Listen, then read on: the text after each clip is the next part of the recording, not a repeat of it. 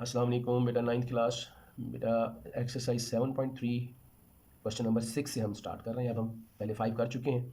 तो क्वेश्चन 6 कहता है the coordinates of 2 points on a road are A 3 4 and B 7 10। Find the mid point of the road. तो एक road की जो है वो दो कोऑर्डिनेट्स उसने बताए हैं। ठीक है, एक पॉइंट ए से रिप्रेजेंट किया है।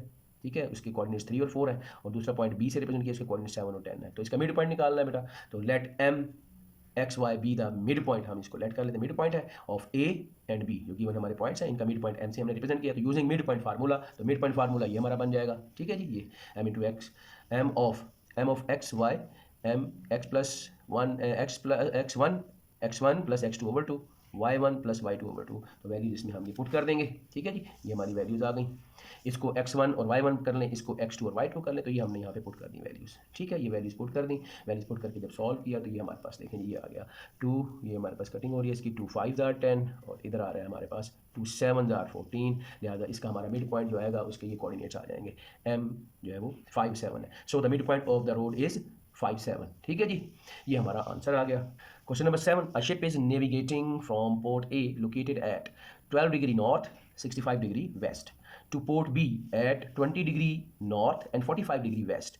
If the ship travels along the shortest path on the surface of the earth, calculate the straight line distance between the 2 points. ले जी, अब यहाँ पे एक बहरी जहाज है जो समंदर में ज़ाहिर है चल रहा है। उसकी जो लोकेशन उसने बताई है कि वो पोर्ट ए से पोर्ट बी की तरफ जाना है। आपको ये डायरेक्शंस वाला, ठीक है ना, इस तरह का ये ग्रिड, ये हमारे पास नॉर्थ की इसकी होती है, और इधर ये है, इधर नॉर्थ होगा। ठीक है, तो फिर हमारे पास इस साइड पर क्या होगा, ईस्ट होगा, और इधर वेस्ट होगा, और इधर साउथ होगा। ठीक है, तो इसके मुताबिक उसने बताई है ये है। उसी तरह से जो कोऑर्डिनेट प्लेन जो हम इस्तेमाल करते हैं ये भी वैसी बनती है। अब यहाँ पे ये क्या, ये सेम ये डायरेक्शन यूज हो रही है, north west east and south. ठीक है जी, तो अब आप देखें ये हमारे पास, हमेशा याद रखें इसमें डायरेक्शन में हमेशा ऊपर की तरफ नॉर्थ होता है। ठीक है, नॉर्थ की राइट साइड पे ईस्ट होता है, लेफ्ट साइड पे वेस्ट होता है, और दायरे अपोजिट साइड पे साउथ होता है।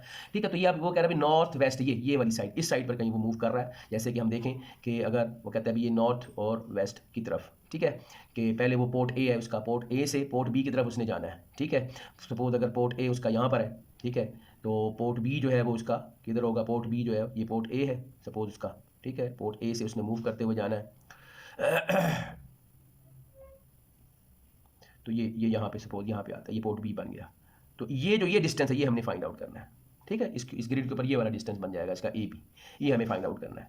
तो अब आप देखें उसी तरह से बाकी वही, ये आप इसको एज ए एक्स कोऑर्डिनेट लेंगे, ये आपका वाई कोऑर्डिनेट इस्तेमाल होगा, याद रखें। ठीक है, जो आपकी पहली वैल्यू है वो एक्स के लिए और दूसरी वैल्यू वाई के लिए, उसी तरह से आप इस्तेमाल करेंगे। तो फार्मूले में नहीं जी, हमने अब क्या करना है, डिस्टेंस। ठीक है जी, calculate the straight line distance निकालना है। तो डिस्टेंस फार्मूला अब हमने लगाना है यहाँ पर भी। ठीक है जी, तो ये हमारे पास ये ए और बी के दरमियान डिस्टेंस डी निकालना है। तो गिवन हमें दिया हुआ पोर्ट ए के ये हमारे कोऑर्डिनेट्स हैं 12 डिग्री नॉर्थ और 65 डिग्री वेस्ट। ठीक है, तो इसको हम उसी तरह से रिप्रेजेंट कर लेंगे कि ये हमारे पास x1 की वैल्यू को रिप्रेजेंट कर रहा है, ये हमारा y1 को रिप्रेजेंट करेगा। इस तरह यहाँ पे ये x2 की वैल्यू को रिप्रेजेंट करेगा, और ये जो है ये y2 की वैल्यू को रिप्रेजेंट करेगा। ठीक है, तो ये यूजिंग डिस्टेंस फार्मूला, दोनों पोर्ट का ए बी है तो ए बी के दरमियान हम डिस्टेंस निकाल लेंगे। ठीक है, वही डिस्टेंस फार्मूला अप्लाई किया। अब उसकी जगह हमने जो वैल्यूज़ मैंने आपको बताई हैं ये वैल्यूज़ यहाँ पुट कर देंगे। ठीक है, तो 20 - 12 प्लस 45 - 65। ठीक है, तो इसको जब सॉल्व किया तो हमारे पास ये आ गया 8 का स्क्वायर प्लस -20 का स्क्वायर। ठीक है जी, 8 का स्क्वायर 64 हो गया, और -20 का स्क्वायर हमारे पास क्या आ गया, 400। ठीक है जी, फिर इन दोनों को ऐड किया, 464 का स्क्वायर रूट आ गया। ठीक है, तो इसको फैक्टर्स बनाए तो वो 16 × 29 से भी बनता है। तो ये हमारे पास 16 का स्क्वायर जो रूट जब आप निकालेंगे तो 4 आ जाएगा, 4 बाहर आ गया, 29 अंडर रूट अंदर, या डायरेक्टली आप कैलकुलेटर के ऊपर आप करें 4 का स्क्वायर रूट ले लें तो आपका ये आंसर आ जाएगा, ये वाला। ठीक है, कि 21.54 यूनिट्स। तो ये यूनिट यहाँ पे क्योंकि मेजरमेंट बताई नहीं है किलोमीटर में है ये या मीटर में है, तो ये हम यूनिट्स ही इसको लिखेंगे। तो 21.54 यूनिट्स जो है वो distance. So the straight line distance between the two ports A and B जो है वो कितना, 21.54 यूनिट्स, ये हमारा आंसर आ गया। ठीक है जी, ठीक है, between the two ports A and B is 21.54 units. लेकिन जी आगे क्वेश्चन नंबर 8। क्वेश्चन नंबर 8 में कहता है जी फरा is fencing around a rectangular field with corners at the, ये वाले हमें कॉर्नर पॉइंट्स दिए हुए हैं। ठीक है, एक रेक्टेंगुलर फील्ड है, उसके गिर्द उसने एक बाड़ लगानी है, एक फेंस लगानी है। तो बताना यह है कि कितना फेंसिंग मटेरियल उसे चाहिए उसके गिर्द बाड़ लगाने के लिए। ठीक है, तो ये देखें ना, इस तरह से हमारे पास एक रेक्टेंगुलर शेप होती है ये। ठीक है, इसके ये वर्टिसेस दिए हुए हैं, ये वाले, ये 4 कॉर्नर हुए ना, ये 4 कॉर्नर, तो ये हमारे पास एक रेक्टेंगल शेप का ये एक फील्ड है इस तरह से। ठीक है, तो वो कहता है भाई इसके गिर्द ये, अब ये रेड लाइन आपको जो नजर आ रही है इसका ये समझ लें कि इसके गिर्द फेंस लगाई गई है।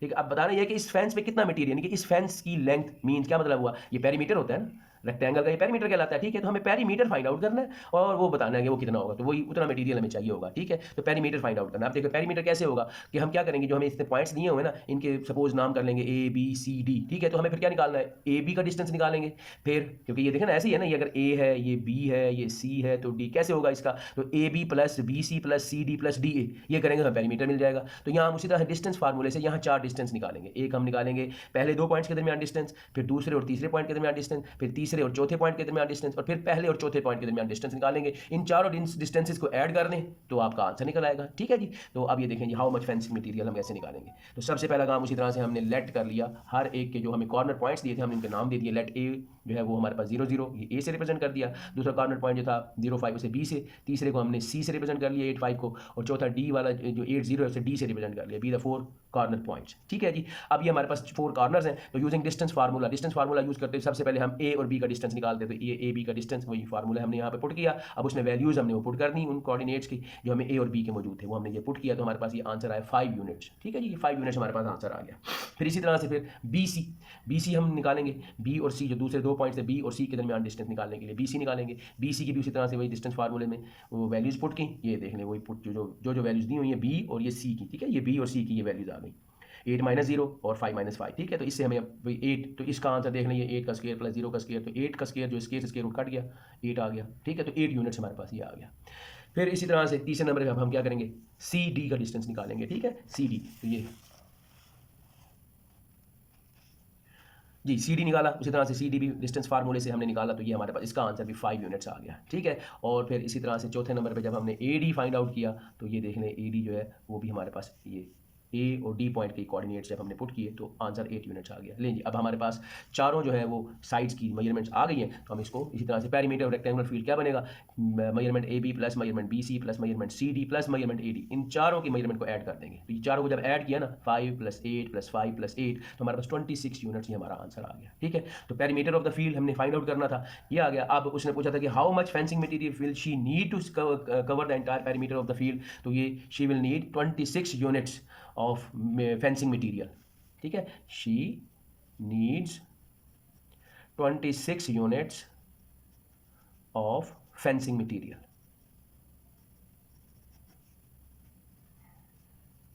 लें, ये हमारा क्वेश्चन नंबर जो है 8 कंप्लीट हुआ, ठीक है।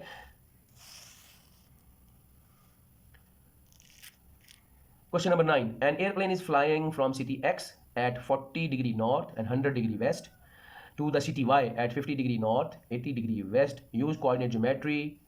Calculate the shortest distance between the two cities. लें, shortest distance मीन डिस्टेंस निकालना है, डिस्टेंस फार्मूले से, ठीक है। तो उसी तरह से मैंने आपको बताया था कि जैसे शिप वाला मैंने समझाया था आपको, सेम उसी तरह से यहाँ पे उसी तरह की ग्रिड होगा हमारे पास। ये नॉर्थ साइड है, ठीक है, और इसकी इधर इस साइड पर हमारे पास ये ईस्ट आ जाएगी, ठीक है जी। ये हमारे पास आ जाएगा वेस्ट, और इधर नीचे साउथ, ठीक है जी। ये तो अब हमें क्या है जी, नॉर्थ वेस्ट, यानी कि ये नॉर्थ और वेस्ट इस साइड पर मौजूद है जो हमने फाइंड आउट करना है, ठीक है। तो अब आप ये देखें जी, पहले जी 2 सिटी हैं, एक एक्स है, ठीक है। सपोज हमारे पास ये एक्स सिटी यहाँ पे हम ले लेते हैं, ये हमारा एक्स सिटी यहाँ पे था, ठीक है। और दूसरा वाई सिटी है, ठीक है जी। वाई सिटी हमें यहाँ मिल जाता है ये, तो ये एक्स और वाई सिटी के दरमियान, सपोज ये एक्स है और ये वाई, तो इनके दरमियान ये डिस्टेंस हमने निकालना है, ये डी, ठीक है। तो ये अब हमने फाइंड आउट करना है, तो उसी तरह से हम with the help of distance formula हम ये फाइंड आउट करेंगे, ठीक है जी। जी, तो इसका सोल्यूशन आ गया क्वेश्चन 9 का। गिवन दैट हमें दिया होता है एक एक्स सिटी है, उसकी लोकेशन ये दी हुई है, और वाई सिटी की लोकेशन ये है, ठीक है जी। तो यूजिंग डिस्टेंस फार्मूला का वही एक्स वाई के दरमियान डिस्टेंस निकालना है, तो फार्मूला वही आ जाएगा, ठीक है। अब उसमें मैंने आपको पहले भी बताया था कि ये हमारे पास, इसको हम x1 से रिप्रेजेंट कर लेंगे, ठीक है जी। ये x1 है और इसको y1 कर देते हैं, ठीक है। इसी तरह से इस वैल्यू को x2 से रिप्रेजेंट कर लेते हैं और इस वैल्यू को y2 से, ठीक है जी। तो ये इस तरह से हम ये वैल्यूज इस डिस्टेंस फार्मूले के अंदर पुट कर देंगे, ठीक है जी। 50 - 40 उसका होल स्क्वायर प्लस 80 - 100, तो ये हमारे पास आ जाएगा, इधर 10 का स्क्वायर बन जाएगा, इधर -20 का स्क्वायर आ जाएगा, ठीक है जी। लें जी, उसके बाद इसको सॉल्व करते हैं। अब 10 का स्क्वायर 100 हो गया, प्लस इधर आ जाएगा 400, तो दोनों को ऐड करेंगे 500, तो 500 का आप निकालें अगर स्क्वायर रूट, तो ये आंसर आता है 22.4 यूनिट्स। बाकी इसकी फैक्टराइजेशन करके करें तो ये 100 × 5 बनता है। 100 जो होता है वो 10 का स्क्वायर रूट होता है, बाहर निकला 10√5, 10√5 लिखें या 22.4 यूनिट्स, ठीक है। ये हमारे पास डिस्टेंस आ जाएगा दो सिटीज एक्स और वाई के दरमियान। Hence the shortest distance between the two cities X and Y is 22.4 kilometre.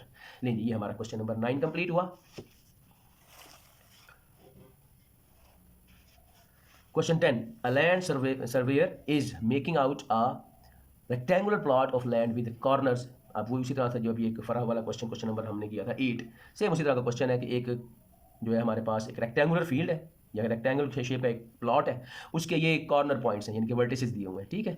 ये 4 वर्टिस, कैलकुलेट द पेरीमीटर, इसका भी पेरीमीटर हमने फाइंड आउट करना है। सेम उसी तरह से लेट, इनके नाम दे दें भी, let A B C and D are the corner points using distance formula. Distance formula वो अप्लाई कर देंगे, ठीक है। तो पहले ए बी फाइंड आउट करेंगे, ए बी, ठीक है जी। पहले ए बी का निकालेंगे, ये ए बी का निकाल लिया हमारे पास, इसका आंसर 5 यूनिट्स आ गया। फिर इसी तरह से बी सी का फाइंड आउट करेंगे, बी सी भी हमारे पास 5 यूनिट्स आ जाएगा, ठीक है। बी सी की वैल्यू भी जब हमने पुट की ना ये, तो इसका आंसर भी हमारे पास क्या आ गया, 5 यूनिट्स, ठीक है। उसके बाद देखें जी सी डी, तीसरी जो है वो सी डी, उसके भी हमने जब फाइंड आउट किया तो 5 यूनिट्स, उसका भी आंसर 5 यूनिट्स आ गया। और आखिर में जो ए डी फाइंड आउट किया उसका आंसर भी हमारे पास 5 यूनिट्स आया। तो चारों वैल्यूज़ का आंसर जो है वो सेम आ रहा है, ठीक है। जो चारों साइड्स हैं तो ये हमारे पास 5 यूनिट्स हर एक का आंसर आ रहा है, ठीक हो गया जी। ये 5 यूनिट्स, इसका भी आंसर 5 यूनिट्स आया। तो पेरीमीटर ऑफ रेक्टेंगुलर प्लॉट क्या आएगा, इन चारों जो डिस्टेंस हमने फाइंड आउट किया उनको ऐड कर देंगे। ये चारों को ऐड किया, हमारे पास आंसर क्या है, 20 units. Hence perimeter of rectangular plot जो है वो हमारे पास 20 यूनिट्स आ गया। ओके जी।